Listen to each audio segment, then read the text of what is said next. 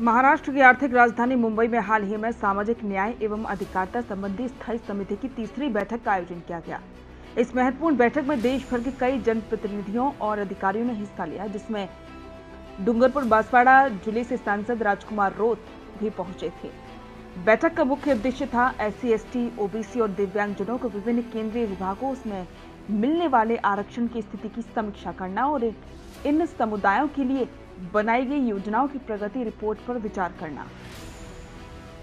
बैठक में खासतौर पर मध्य रेलवे, पश्चिमी railway, Mumbai railway, Konkan railway, national highway authority of India जैसे बड़े विभागों द्वारा अनुसूचित जाति, अनुसूचित जनजाति, अन्य पिछड़ा वर्ग और दिव्यांगजनों को दिए जा रहे आरक्षण के क्रियान्वयन की समीक्षा की गई। इन विभागों ने अपनी प्रगति रिपोर्ट प्रस्तुत की, जिसमें बताया गया कि आरक्षण को लेकर क्या प्रयास हुए हैं, किन पदों पर कितनी भर्ती हुई और किस तरह से दिव्यांगजनों को कार्यस्थलों पर अनुकूल माहौल देने की दिशा में काम किया गया है। बैठक में राजकुमार रोत ने आदिवासी समाज की जमीनी समस्याओं को केंद्र में रखते हुए कई गंभीर सवाल उठाए। उन्होंने कहा, देश में बड़े संस्थानों और सार्वजनिक उपक्रमों की आज भी आदिवासी, दलित और पिछड़े वर्गों का प्रतिनिधित्व उस अनुपात में नहीं है जैसा कि संवैधानिक व्यवस्था के तहत होना चाहिए। हमें सिर्फ आंकड़ों से नहीं, वास्तविकता से भी जवाब चाहिए कि आरक्षण का लाभ जमीन तक क्यों नहीं पहुंच रहा।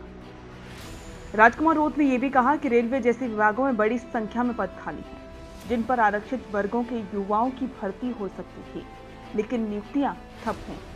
उन्होंने कोंकण रेलवे और पश्चिमी रेलवे से जुड़े कई मामलों का हवाला देते हुए आरक्षण रोस्टर प्रणाली की पारदर्शिता पर सवाल उठाए। इस बैठक का एक अहम पहलू रहा दिव्यांगजनों के अधिकारों का संरक्षण। राजकुमार रोत ने विशेष रूप से ये मांग उठाई कि रेलवे और हाईवे प्रोजेक्ट्स में दिव्यांगजनों के लिए यूनिवर्सल एक्सेसिबिलिटी सुनिश्चित की जाए, जैसे कि स्टेशनों पर ramp, Braille signage, lift, audio guidance आदि। उन्होंने ये भी कहा कि दिव्यांगजन केवल सहानुभूति के पात्र नहीं बल्कि बराबरी के अधिकारी हैं। हमें उनको नौकरी देने, उनके लिए सुविधाएं बनाने और समाज में सम्मानजनक स्थान देने की जिम्मेदारी लेनी होगी। हालांकि विभागों द्वारा दी गई प्रगति रिपोर्ट में कई सकारात्मक आंकड़े प्रस्तुत किए गए, जैसे कि ST, SC, OBC कर्मचारियों की संख्या में हाल के वर्षों में वृद्धि, रेलवे में ई-ऑफिस प्रणाली में पारदर्शिता बढ़ी, दिव्यांगों के लिए कुछ नए तकनीकी उपकरणों का प्रावधान। लेकिन राजकुमार रोत और अन्य सदस्यों ने इन रिपोर्ट्स की सीमाएं भी उजागर की। कई रिपोर्ट्स में क्षेत्रीय आंकड़ों की कमी थी, वहीं कुछ मामलों में नियुक्तियों में देरी और पदों का गैर आरक्षित वर्ग में समायोजन जैसी शिकायतें सामने आईं।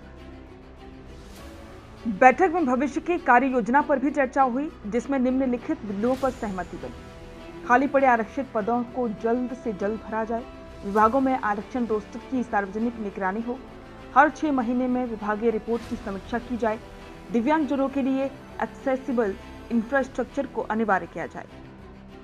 राजकुमार रोत ने मांग की कि सभी विभागों को समावेशिता के क्षेत्र में काम करने वाले संगठनों के साथ मिलकर कार्य करना चाहिए, जिससे योजनाएं जमीनी स्तर पर प्रभावी बने।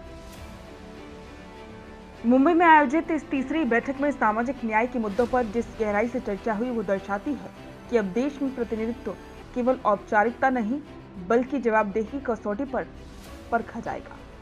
राजकुमार रोत की सक्रिय भागीदारी ने संदेश दिया कि आदिवासी और हाशिए पर खड़े समाजों की आवाज संसद और समितियों में पूरी ताकत से गूंज रही है।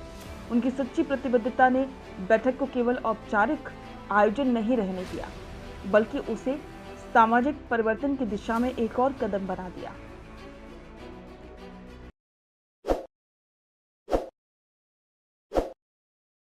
ताज़ा खबरों के लिए विजिट करें द फैक्ट इंडिया की वेबसाइट और डाउनलोड करें द फैक्ट इंडिया ऐप।